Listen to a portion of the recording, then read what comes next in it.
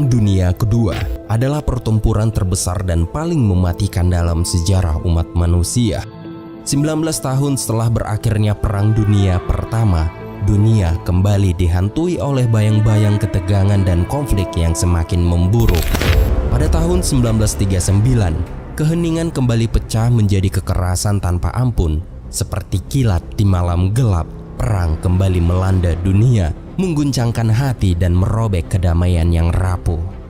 Pada tanggal 1 September 1939, ketika matahari terbit di pagi yang tenang, dunia tak menyangka bahwa saat itu akan menjadi permulaan dari kehancuran yang belum pernah terbayangkan sebelumnya. Pasukan Jerman melintasi perbatasan Polandia dengan kekuatan penuh. Serangan itu terjadi secara brutal dan tanpa ampun, menghujani langit dengan ledakan dan mengepung kota-kota Polandia. Dalam hitungan hari, negara kecil yang damai ini jatuh ke dalam kehancuran. Serbuan pasukan Jerman yang tak terkendali memporak-porandakan pertahanan Polandia yang lemah. Kota-kota menjadi puing-puing dan rakyat Polandia berlarian dalam ketakutan.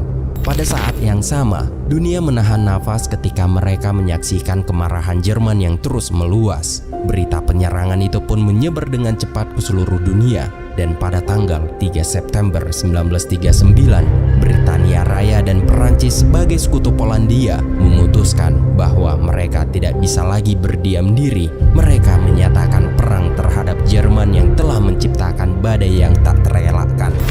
Namun yang tidak mereka ketahui adalah serangan ke Polandia hanya permulaan dari gelombang kehancuran yang akan menyapu seluruh dunia. Dan inilah kisah kelam sejarah Perang Dunia Kedua.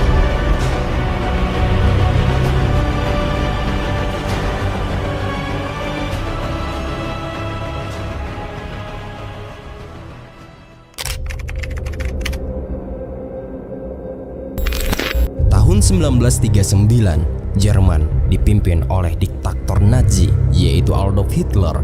Dia meyakini rakyatnya merupakan ras unggul yang ditakdirkan untuk menaklukkan Eropa. Pasukannya telah berjalan memasuki Austria dan Cekoslowakia. Namun Perang Dunia Kedua dimulai saat Hitler menugaskan angkatan udara Jerman yang dikenal sebagai Luftwaffe untuk menginvasi Polandia. Serbuan pasukan Jerman yang tak terkendali memporak-porandakan pertahanan Polandia yang lemah. Kota-kota menjadi puing-puing dan rakyat Polandia berlarian dalam ketakutan yang sangat mendalam. Setelah 3 minggu dalam penyerangan, ibu kota Polandia jatuh ke tangan Jerman. Großen Linie und in diesem Augenblick marschieren gerade. Polen hat den Kampf gewählt und es hat den Kampf nun erhalten.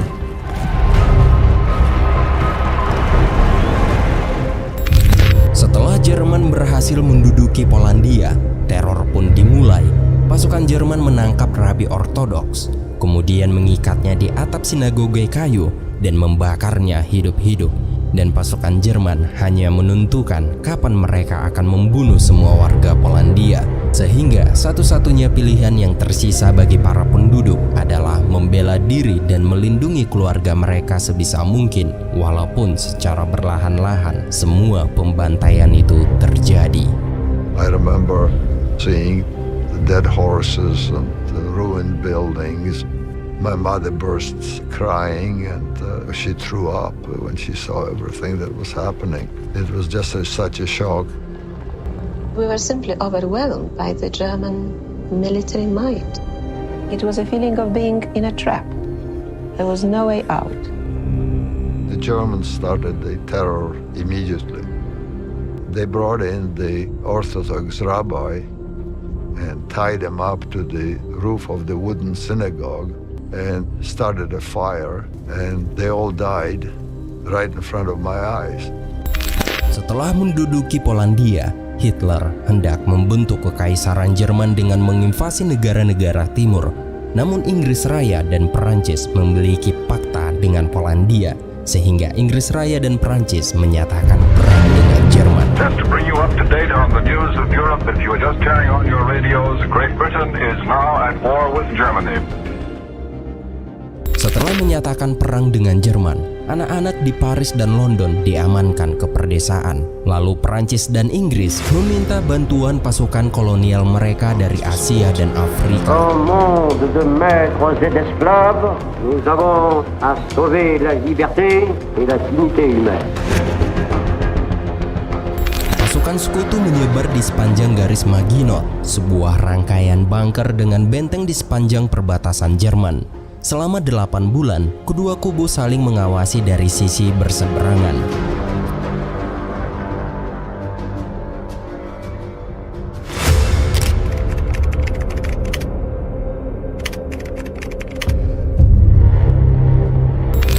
Musim semi 1940, pasukan Jerman melancarkan serangan dadakan.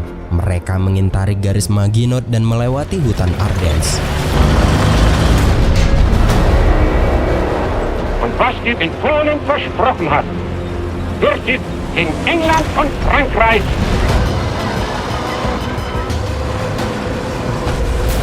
Die anderen sind ja schon nach Polen gegangen und ich wollte unbedingt doch was erleben. Ne? Ich war begeistert.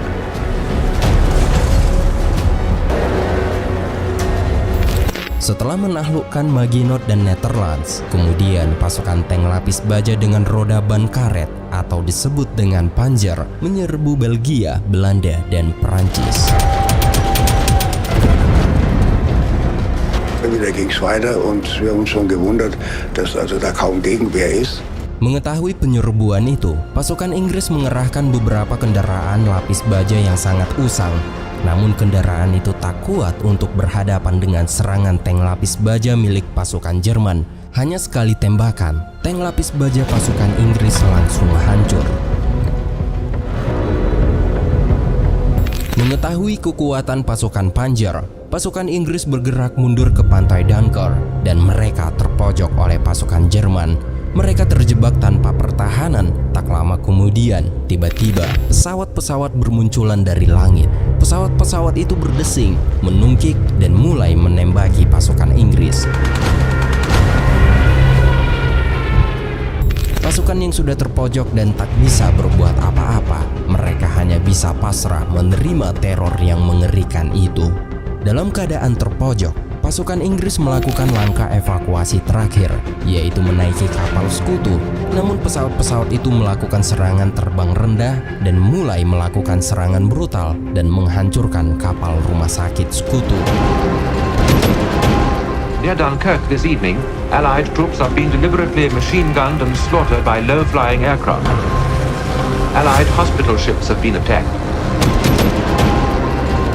You're up to your neck. Dead bodies. The slaughter. Evakuasi Dunkirk, kurang lebih 338.000 pasukan sekutu berhasil dievakuasi dari pantai Dunkirk. Dari jumlah tersebut, sekitar 198.000 diantaranya adalah pasukan Inggris dan sisanya terdiri dari pasukan Perancis, Belgia, dan sejumlah kecil pasukan dari negara lain yang terlibat dalam konflik. Dalam pertempuran Dunkirk atau evakuasi Dunkirk, pasukan yang gugur tidak sebesar jumlah pasukan yang berhasil dievakuasi. Namun sekitar 68.000 hingga 100.000 tentara sekutu, termasuk pasukan Inggris, Perancis, Belgia, dan beberapa lainnya, diperkirakan tewas atau ditangkap selama pertempuran.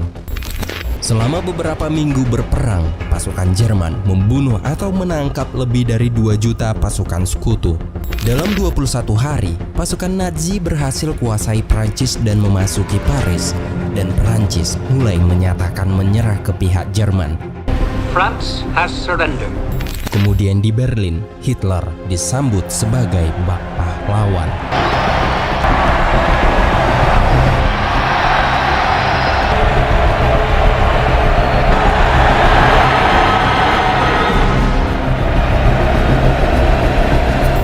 Pasukan Nazi kini menguasai sebagian besar Eropa.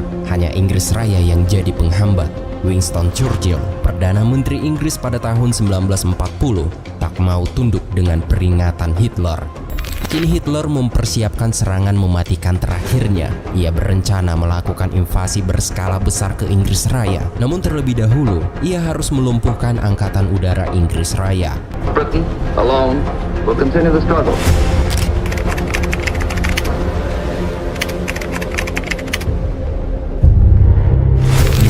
Selat Inggris, para pilot Jerman berkumpul untuk arahan terakhir. Sementara itu, setelah beberapa prajurit Angkatan Udara Kerajaan Inggris menjalankan tugasnya, Winston Churchill mengatakan bahwa mereka harus melawan dengan keyakinan dan jangan pernah menyerah. Mereka harus mempertahankan tanah air meskipun nyawa taruhannya.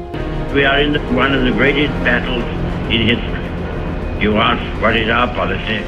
It is to wage war by sea, land and air with all the strength that God can give us. Victory at all costs. Without victory there is no survival. We shall fight on the seas and oceans. We shall fight with growing confidence and growing strength in the air. We shall defend our island, whatever the cost may be.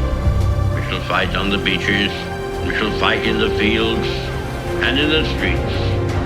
We shall never surrender.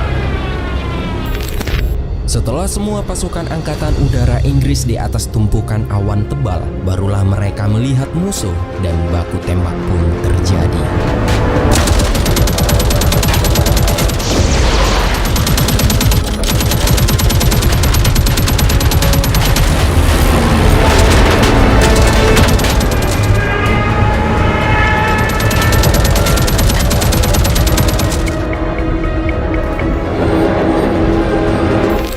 Pertempuran Angkatan Udara ini pun berlangsung selama 12 minggu dan pada akhirnya di bulan September sebanyak 1.600 pesawat Jerman ditembak jatuh.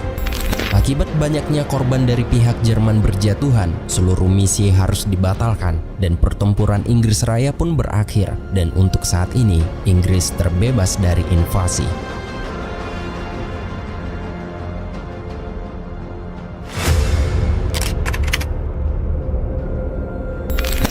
Hitler bukan satu-satunya diktator yang membayangi Eropa.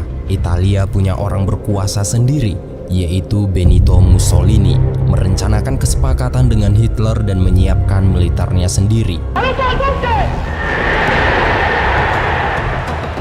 Andiamo in campo contro le democrazie dell'Occidente. Corri alle armi e dimostra la tua tenacia, il tuo coraggio, il tuo valore.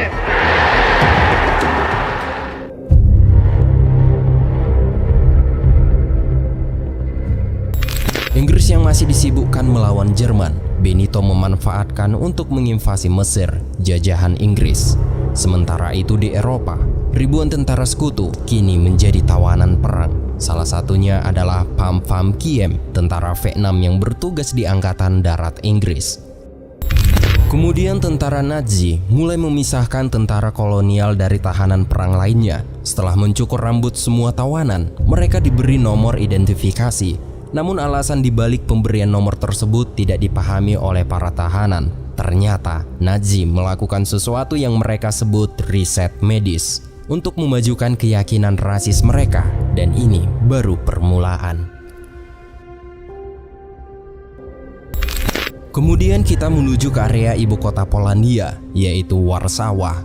Di Polandia yang dijajah, mereka mengasingkan populasi Yahudi ke wilayah perkotaan yang dikenal sebagai Kampung Yahudi.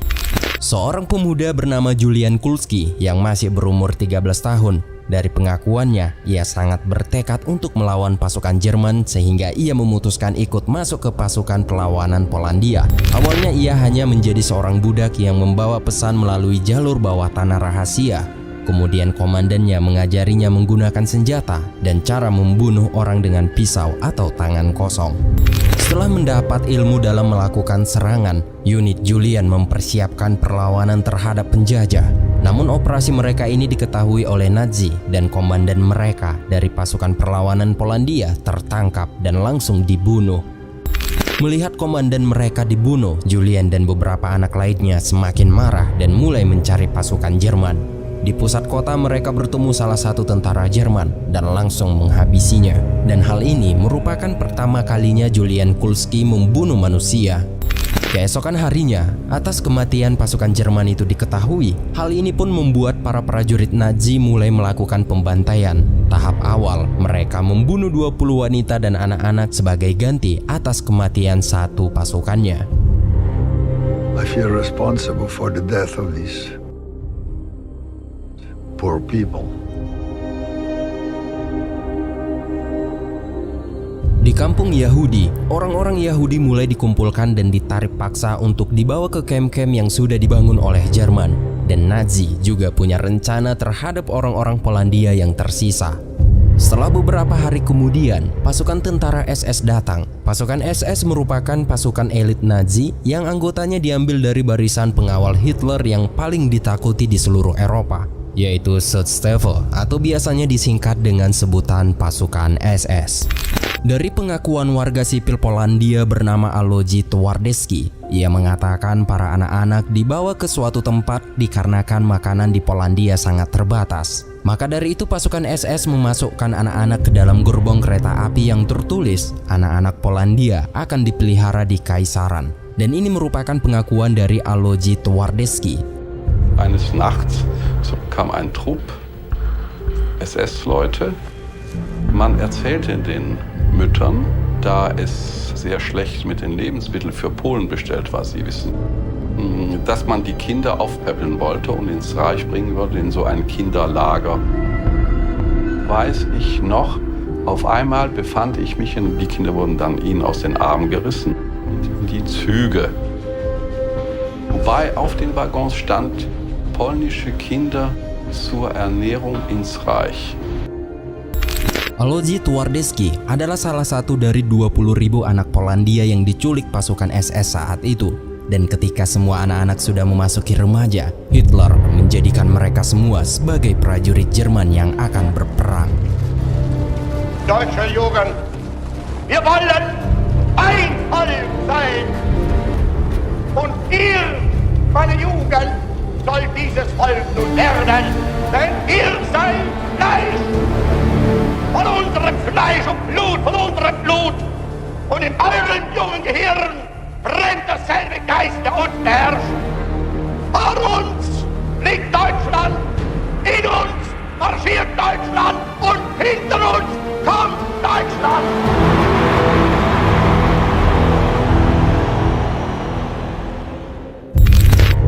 Besarnya ambisi Hitler kini sudah jelas. Dia bermimpi untuk membentuk 1000 tahun kekaisaran tanah air bagi ras unggul. Kemudian hari setelah mempersiapkan persiapan, Jerman kembali melakukan serangan ke Inggris. Dalam teror operasi militer yang baru ini, Jerman menjatuhkan bom-bom di perkotaan Inggris. German aircraft carried out a number of attacks on Great Britain last night. The raid was scattered over many parts of the country. Sementara itu, fasis Italia menginvasi Greece atau Yunani tetangganya. Troops are moving forward on all fronts after breaking through the weak Greek resistance. Sementara di luar Eropa, perang meluas. Jepang sedang dalam misi membentuk suatu tatanan baru di Asia. Mereka sudah memerangi Tiongkok.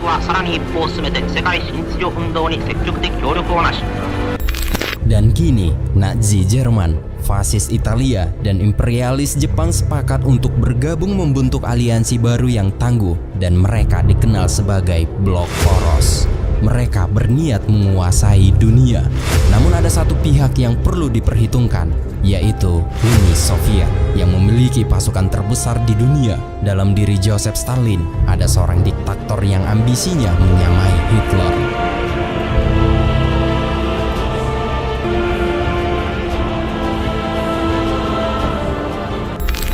Di tahun 1940 menjadi saksi perang berkobar di Eropa, dan pada tahun 1941 kobaran itu akan menyebar untuk melanda setiap sudut dunia.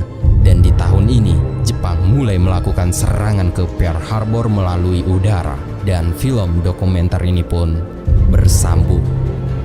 From the NBC newsroom in New York.